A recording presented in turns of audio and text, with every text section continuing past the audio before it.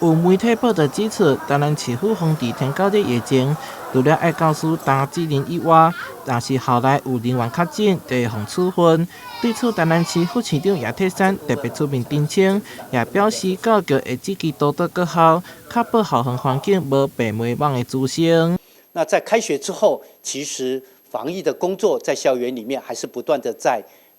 积极的进行中，所以教育局也提供了很多的一些防疫的作为，不管是相关的倾销物资、经费等等，都全力的来挹注学校，那就是希望学校把防疫的工作做到滴水不漏。教育局表示，会持续协助各校做好各项防治工作，如果发现无做好执行，一定会来开罚。所以呼吁师生爱全力来配合。也毋过，若是确诊，教育局也有相关的配套措施。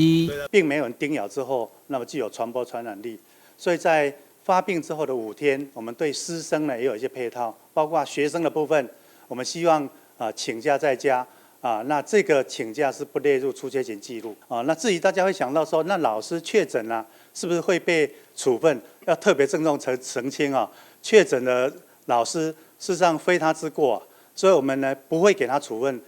甚至我刚刚讲的，他请病假在家5天。他的课务排带，我们是支给钟点会。目前正是天狗日疫情的高峰阶段，教育局会甲卫生局、环保局等单位共同进行校园资清工作以外，也提醒学校一定要做好巡倒清刷，避免天狗日发生。台南新闻所采采访报道。